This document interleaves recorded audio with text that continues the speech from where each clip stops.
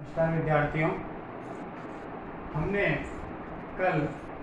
विनिमय दर निर्धारण के क्रय शक्ति क्षमता सिद्धांत को प्रारंभ किया था और पिछले व्याख्यान में मैंने आपको क्रय शक्ति क्षमता सिद्धांत का अर्थ और उसकी कुछ परिभाषाएं और उसको कुछ एग्जाम्पल के माध्यम से आपको स्पष्ट किया। किसी भी देश में वैसे तो विनिमय दर का जो निर्धारण है वह अंतर्राष्ट्रीय स्तर पर उस मुद्रा की मांग और पूर्ति के संतुलन द्वारा होता है, लेकिन मैंने आपको इससे पूर्व व्याख्यान में बताया कि क्रय शक्ति क्षमता सिद्धांत विनिमय दर निर्धारण में सर्वोत्तम माना जाता है और ये सिद्धांत जो है गोस्टी-कौशिक ने दिया था और ये बताया था कि दो देशों की जो क्रय शक्ति है उस पर विनिमय दर का निर्धारण होता है,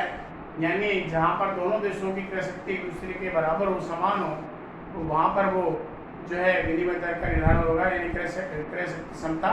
बराबर हो तो इसके आधार पर जो है किया जाता है। एक मुख्य बात इस सिद्धांत में ये भी थी कि अगर निर्देशांकों में दोनों देशों की मुद्राओं के निर्देशांक अगर नहीं बदलते हैं तो उसकी क्रय शक्ति में कोई परिवर्तन नहीं आता, यानी उसकी विनिमय दर में कोई परिवर्तन नहीं आता। लेकिन अगर उसके निर्देशांक बदल जाएं तो निश्चित तौर पर विनिमय दर में परिवर्तन आता है। और ये भी बताया था मैंने आपको कि इसको अगर निर्धारित करना हो, इस सिद्धांत के माध्यम से अगर विनिमय दर का निर्धारण करना हो तो हम दो राष्ट्रों के जो है वस्तुओं का समूह बनाएंगे दोनों राष्ट्रों में, और उन दोनों राष्ट्रों में एक वस्तुओं के समूह विशेष को एक ए राष्ट्र में कितने में क्रय किया जा सकता है और उतनी ही मात्रा वही वस्तुओं का समूह बी राष्ट्र में कितने में क्रय किया जा सकता है, और उसके आधार पर फिर हम क्या करते हैं, विनिमय दर का निर्धारण करते हैं। तो हम ये कह सकते हैं कि दो राष्ट्रों के जो निर्देशांक होते हैं मुद्राओं के, उनका जो भागफल है, यानी जो क्रय शक्ति जब हम ज्ञात करते हैं, परचेजिंग पावर जब ज्ञात करते हैं, वो क्या होती है, दो राष्ट्रों के मध्य जो क्रय शक्ति है उसका जो भागफल होता है वो उसकी विनिमय दर का निर्धारण करती है। वैसे तो मैंने आपको बताया था बहुत अच्छा सिद्धांत है ये, जिसके आधार पर जो है दो राष्ट्रों के मध्य क्रय शक्ति क्षमता सिद्धांत के आधार पर विनिमय दर का निर्धारण किया जा सकता है। लेकिन कुछ अर्थशास्त्री जो है वो इस सिद्धांत को पूर्णतः स्पष्ट और निश्चित नहीं मानते हैं, यानी वो इसमें कुछ कमियां बताते हैं और इसलिए ये सिद्धांत भी जो है आलोचनाओं से परिपूर्ण रहा है। कुछ विशिष्ट प्रकार की आलोचनाएं जो इस सिद्धांत में विभिन्न अर्थशास्त्रियों ने दी है उसका विवेचन इस प्रकार है। पहली जो आलोचना का जो आधार है वो ये है कि lake of proper method for measurement of purchasing power, यानी सबसे बड़ा ड्रॉबैक इस सिद्धांत में ये बताया गया है कि क्रय शक्ति क्षमता सिद्धांत का निर्धारण कैसे किया जाए, इसका जो है अभाव इस क्रय शक्ति क्षमता सिद्धांत में दिखाई देता है। फॉर एग्जाम्पल, इस सिद्धांत में ये बताया गया है कि अगर आपको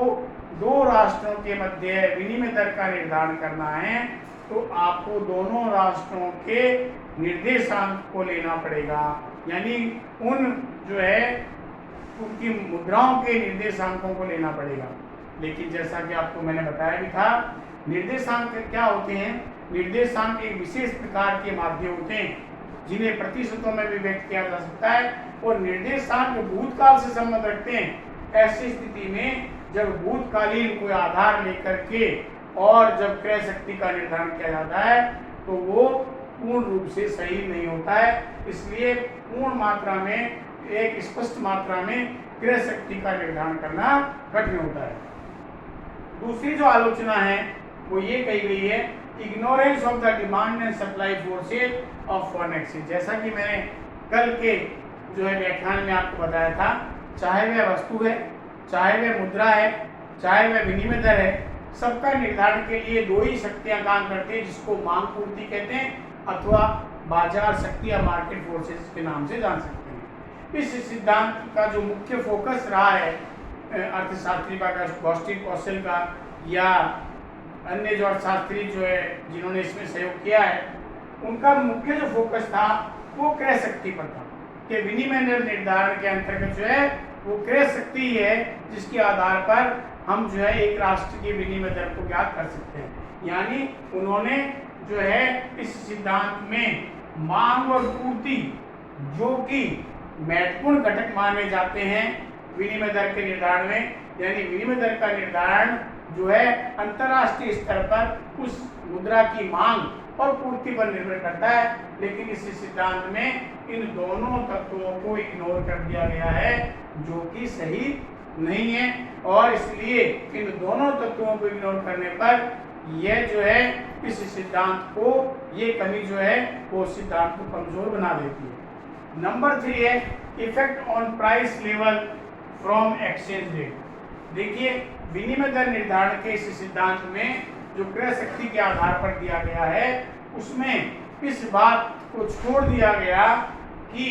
विनिमय दर में जब परिवर्तन आता है किसी भी राष्ट्र के विनिमय दर में, तो वह उस राष्ट्र की कीमत स्तर, और कीमत स्तर का मतलब होता है prices of goods and services, यानी वस्तुओं और सेवाओं के जो मूल्य है, प्राइस लेवल है, उसको भी प्रभावित करता है। और इस सिद्धांत में इस चीज को बिल्कुल छोड़ दिया गया है। अब मुख्य बात आती है किस प्रकार से प्रभावित करता है, तो देखिएगा,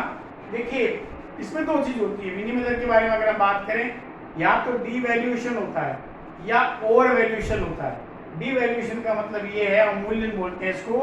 कि एक राष्ट्र के द्वारा जानबूझकर दूसरे राष्ट्र की मुद्रा की तुलना में अपनी मुद्रा का मूल्य कम कर लेना, वो डीवैल्यूएशन कहलाता है। और एक होता है ओवर वैल्यूएशन, कि जानबूझ करके, डेलिबरेटली जानबूझ करके दूसरे राष्ट्रों की तुलना में अपनी मुद्रा का मूल्य ऊंचा कर लेना, ओवर वैल्यूएशन कहलाता है। जहाँ तक डेवलपिंग कंट्रीज की अगर बात करें, तो ये असंभव होता है कि वह अपनी मुद्रा का मूल्य ओवर वैल्यूटेड कर सके, यानी उसका दूसरी मुद्राओं की तुलना में ऊंचा कर सके। क्यों? क्योंकि विकासशील राष्ट्रों के पास में जो है विदेशी मुद्राओं के भंडार, अधिक आयात की मात्रा और कम निर्यात की मात्रा के कारण से विदेशी मुद्रा के भंडार उनके पास कम होते हैं। ऐसी स्थिति में वो जो है ओवर वैल्यूएशन नहीं कर सकते, इसलिए वो डीवैल्यूएशन का सहारा लेते हैं। भारत में लगातार जो है 3 से 4 बार, 1991 में 2 बार लगातार मुद्रा का अवमूल्यन किया गया। और अवमूल्यन का जो प्रभाव वो विनिमय दर से कैसे प्रभावित होता है, देखिएगा। अगर मान लीजिए किसी राष्ट्र ने जानबूझकर अपनी विनिमय दर को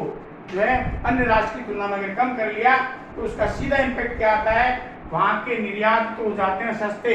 और आयात जो राष्ट्र करना चाहता है बाहर से, वो हो जाते हैं महंगे। और इसका प्रभाव क्या होता है कि आयातित वस्तु की लागत जो है बढ़ जाती है, इंक्रीज इन इंपोर्ट कॉस्ट, और वो देश में कीमत स्तर को बढ़ा देती है। क्योंकि जब आप वस्तु का आयात करेंगे, तो ऐसी स्थिति में वो वस्तु जो है उस राष्ट्र को महंगी प्राप्त होगी, और जैसी महंगी प्राप्त होगी तो उस वस्तु का जब विक्रय उस राष्ट्र में, आयातित राष्ट्र में किया जाएगा, तो वहां पर उनके मूल्य ऊंचा हो जाने के कारण से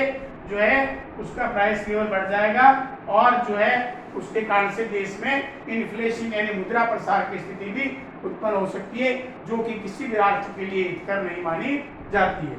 चौथा जो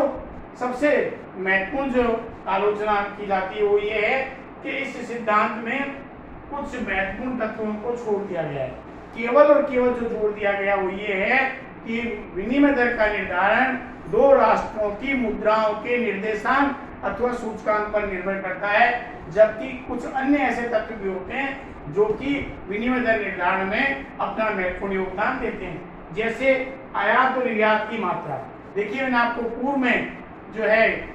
व्यापार की शर्त का एक टॉपिक कराया था, और व्यापार की शर्त का मतलब होता है कि निर्यात मूल्य और आयात मूल्य का जो अनुपात है उस देश की व्यापार की शर्त कहलाती है। और अगर जो है उसकी आयात और निर्यात की मात्रा जो है उस राष्ट्र की व्यापार संतुलन और भुगतान संतुलन पर सबसे बड़ा इम्पैक्ट डालती है, और सबसे ज़्यादा इम्पैक्ट जो पड़ता है वो बैलेंस ऑफ ट्रेड यानी व्यापार संतुलन पर पड़ता है। अगर किसी राष्ट्र के इंपोर्ट ज़्यादा है, एक्सपोर्ट कम है, उसका बैलेंस ऑफ ट्रेड जो है वो अनफेवरेबल होगा। अगर उसके एक्सपोर्ट ज़्यादा है, इंपोर्ट कम है, फेवरेबल होगा। अगर दोनों एक दूसरे के बराबर है तो संतुलित या बैलेंस्ड होगा। इस तत्व को पूर्णतः इस सिद्धांत के निर्धारण में छोड़ दिया गया है, जबकि किसी भी देश में आयातित वस्तु की मात्रा और निर्यातित वस्तु की मात्रा से भी जो है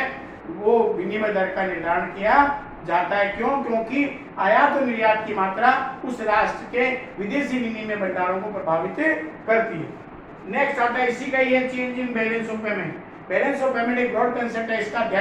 अध्ययन हम कर चुके हैं, जिसके अंदर विजिबल और इनविजिबल दोनों आइटम को लिया जाता है। In all received and payment in the particular year, जो है उसका सिस्टमेटिक जो स्टेटमेंट होता है वो किसी राष्ट्र का बैलेंस ऑफ पेमेंट कहलाता है। अगर किसी राष्ट्र का बैलेंस ऑफ पेमेंट फेवरेबल है यानी उसकी रिसिप्ट ज्यादा है और पेमेंट कम है, तो इसका तात्पर्य उसके पास में विदेशी मुद्रा के भंडार ज्यादा आ रहे हैं, और ज्यादा अगर आ रहे हैं तो वो राष्ट्र जो है वो अपने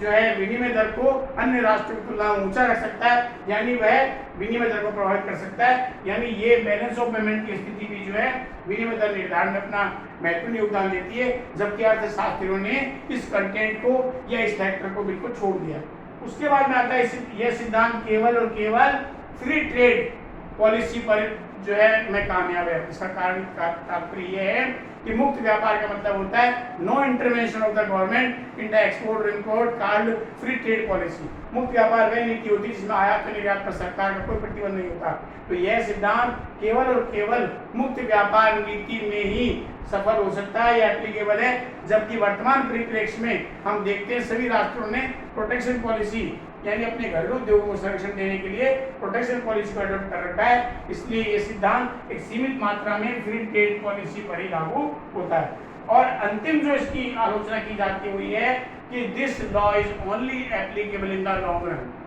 यानी यह सिद्धांत यानी क्रय शक्ति जो है दो राष्ट्रों के मध्य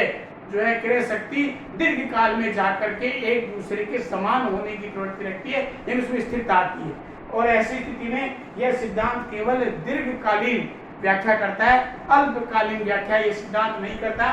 जबकि व्यवस्था ये होनी चाहिए कि महत्वपूर्ण बात ये होती है कि अल्पकाल में विनिमय दर क्या रहेगी वो सर्वाधिक महत्वपूर्ण कहलाता है किसी भी दो राष्ट्रों के मध्य अंतर्राष्ट्रीय जो है व्यापारिक संबंध के लिए या अंतर्राष्ट्रीय भुगतानों के लिए अल्पकालीन विनिमय दर आवश्यक होती है। जबकि इस सिद्धांत में यानी ये क्रय शक्ति समता सिद्धांत अल्पकाल में विनिमय दर का किस प्रकार से निर्धारण किया जाएगा इसकी व्याख्या सिद्धांत नहीं करता है। तो निष्कर्ष के रूप में कह सकते हैं कि इन आलोचनाओं के आधार पर हमें ये निष्कर्ष नहीं निकाल लेना चाहिए कि क्रय शक्ति समता सिद्धांत पूर्णतः अव्यवहारिक है, ऐसा नहीं है। इस सिद्धांत ने जो एक ऐसा आधार प्रस्तुत किया कि जिसके आधार पर हम दो राष्ट्रों के मध्य दीर्घ काल में जो है अपनी क्रय शक्ति के आधार पर यानी कि क्रय शक्ति स्थिर रहे, दोनों राष्ट्रों में अलग अलग मुद्राओं का प्रचलन है तो एक समान प्रवृत्ति रखने की स्थिति कायम होगी, जिससे एक स्थिर विनिमय दर जो है उसका निर्धारण किया जा सकता है।